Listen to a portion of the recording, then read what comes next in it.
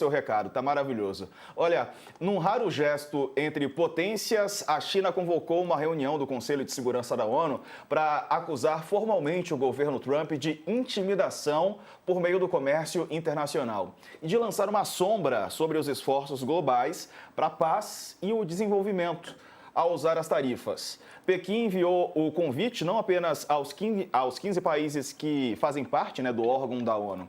Todos os 193 governos poderão estar presentes e a meta da China é de que a reunião escancare a existência de um consenso praticamente internacional contra Trump.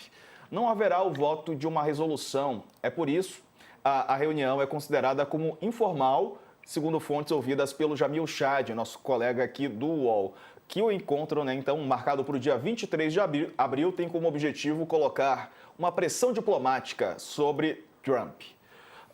Sakamoto, é um gesto importante esse que a China faz para constranger o Trump, mas não sei se vai ter algum efeito prático. A China está fazendo uma coisa com essa ação de jogar a discussão para o campo geopolítico, Está saindo do campo, é claro, está usando uma discussão econômica para jogar a questão dentro do campo geopolítico. E é importante, nas relações internacionais, palavras têm importância. Às vezes, negociadores passam em eventos, tentando elaborar tratados, convenções, passam dias em cima de uma única palavra. Palavras, no caso que como intimidação, é uma palavra muito forte sendo usado pela China. A China dizendo, olha, os Estados Unidos está intimidando e colocando em risco esforços pela paz. E vamos lembrar, eu não estou dizendo com isso que a China está avisando que o mundo vai escalar para uma guerra. A China, por exemplo, não tem interesse nenhum, até porque ela ganha muito dinheiro com o mundo do jeito que está hoje para ver o mundo ser revolucionado num espaço muito curto de tempo. Os chineses, inclusive, têm paciência, têm planos para se tornar a maior potência econômica mundial com o tempo, de retomar Taiwan com o tempo, tudo isso com o tempo, A questão, contudo, ao usar essas palavras, ao usar intimidação, ao usar paz, a China indica que as ações dos Estados Unidos podem escalar, podem terminar, se tudo der errado, muito além do campo econômico. Isso aqui pode terminar num conflito que coloque em risco a paz, que é aquilo que a gente tem falado. Alguns analistas têm colocado isso na mesa. Vamos lembrar todos e todas que as guerras, muitas das guerras e dos conflitos internacionais, eles nascem por uma discussão a respeito de acesso a recursos naturais, a matérias-primas, a mercados, Da guerra do ópio, a guerras por água, por petróleo. A gente sabe muito bem como isso acontece.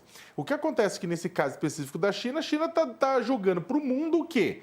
Não é que ela está falando, vai rolar uma guerra amanhã. Não, mas olha, os Estados Unidos está desestabilizando o mundo, está intimidando a China e, portanto, também os parceiros da China com isso e está colocando em risco a paz. Num mundo em que a gente sabe que a paz é uma construção muito tênue e muito difícil, isso é um sinal preocupante. A China joga essa preocupação para o Conselho de Segurança da ONU, não é uma discussão que vai se votar uma resolução, mas é uma questão tem, como você falou, a questão de constranger os Estados Unidos, mas também tem uma questão de você mandar um recado para os Estados Unidos e para o mundo. Falar, olha, a depender do que você fizer, isso aqui não pode não acabar bem. Verdade. Ô Carla, essa movimentação da China. Então, Diego, eu acho que o Saka colocou muito bem, É a China mostrando que está disposta a fazer com que o mundo perceba que o Donald Trump está trazendo estabilidade. Primeiro, se a gente for ver essa novela de tarifas, que começou, a gente lembra, desde o dia 20 de janeiro, Donald Trump assumiu, ele foi cumprindo as promessas de campanha, mas ele foi confundindo as relações comerciais. Primeiro era México, depois Canadá, depois ele fez aquele dia que a gente estava aqui ao vivo e acompanhou, o dia do tarifaço, 2 de abril, em que ele anuncia todas essas tarifas, depois ele coloca para negociar e tira a negociação. E a China é uma grande potência mundial que toma esse papel, porque tem aí uma relação importante de comércio global e coloca, olha, a gente vai precisar discutir a instabilidade que o presidente dos Estados Unidos está causando. E quando ele usa o Conselho de Segurança da ONU, é até um resgate do órgão e da ONU que o próprio Estados Unidos tem descredibilizado aí, ou tentado esvaziar, melhor dizendo. Então, é um movimento importante da China que a gente tem que ver como é que vai se desenrolar e se vai ter consequências, ou ao menos, digamos assim, acalmar, né, esse ímpeto de causar instabilidade que o Duterte tem demonstrado desde que voltou aí nesse seu segundo mandato. Sakamoto. E até aproveitando, acho que é legal fazer um comentário, o Diego e Carla, que no meio desse furdúncio todo da guerra comercial imposta pelos Estados Unidos, respondida pela China, essa instabilidade toda, tem um ponto que, né, o New York Times soltou uma matéria muito interessante, e outros veículos também estão fazendo essa cobertura, que o quê? Que assim como o Brasil, você teve aquela taxação das blusinhas, a taxação do envio da Shein, de uma série de outras plataformas chinesas de produção de produtos baratos, roupas baratas, eletrônicos baratos, né, que chegavam via correio, que o Brasil taxou. E aí a extrema-direita brasileira caiu matando, falou, não, é o fim do mundo, isso num país governado pela gente ou semelhante, a gente nunca aconteceria e aconteceu, né? O governo Trump vai começar a taxar pacotes, né, que são mandados por correio com compras pequenas, de duas formas. Ou paga-se $100 a mais de impostos de importação, ou 120% do valor do pacote. E aí os consumidores norte-americanos os consumidores com menor poder aquisitivo, estão bastante preocupados. Da mesma forma que os consumidores com menor poder aquisitivo no Brasil também ficaram preocupados.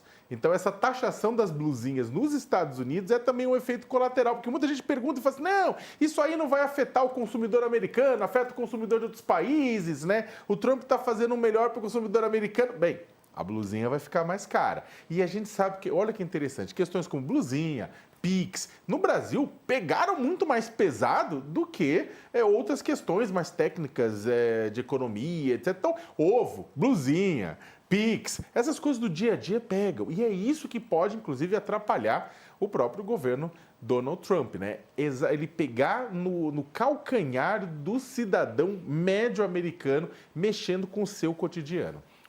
E num documento emitido pela Casa Branca, o governo de Trump admite que algumas das tarifas impostas pelos Estados Unidos contra a China chegam a 245%. Imaginem vocês, essa porcentagem, que inclui 125% das recíprocas, também 20% por conta da crise relacionada com o fentanil e impostos de 100% vale para carros elétricos, seringas e agulhas.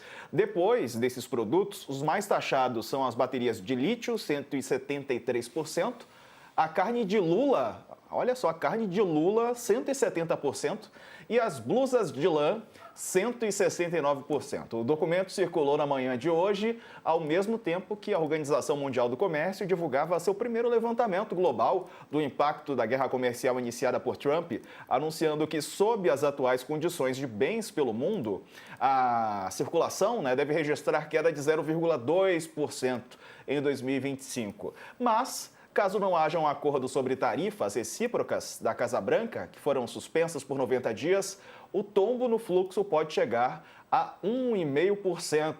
E a gente está falando aqui 0,2, 1,5%, né, Carla, de quantias que são enormes.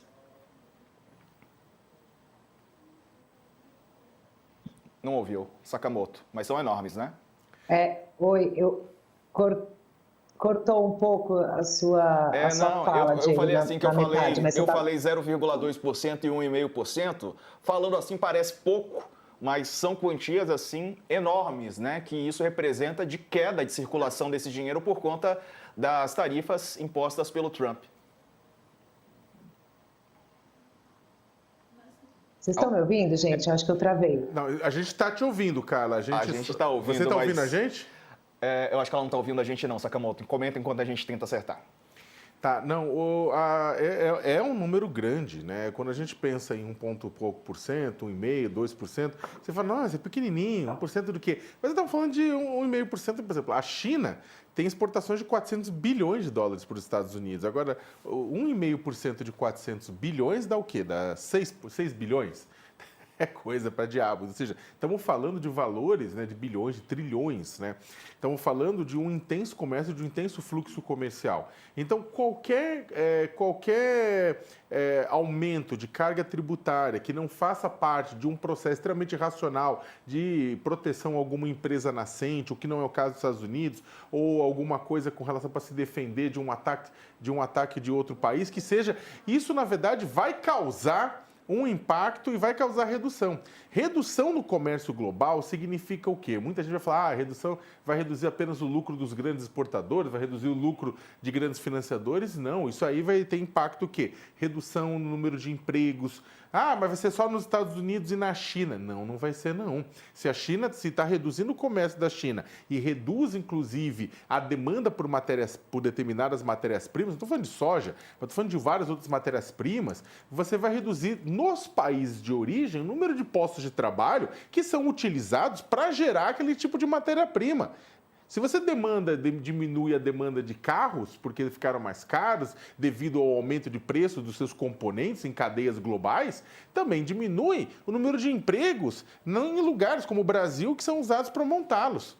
Então, não tem vencedor, Diego, numa situação em que você tem diversos países brigando, né, aumentando tarifas, diminuindo o fluxo do comércio internacional. É claro que a gente poderia discutir aqui durante horas a questão se o comércio internacional hoje é justo ou não é justo. Muitas vezes é injusto, né? Paga-se muito por produtos industrializados, paga-se muito pouco por produtos de matérias-primas, né? Mas o fato é que redução no comércio global não é bom para ninguém. Não é bom para ninguém mesmo. E aqui no Brasil,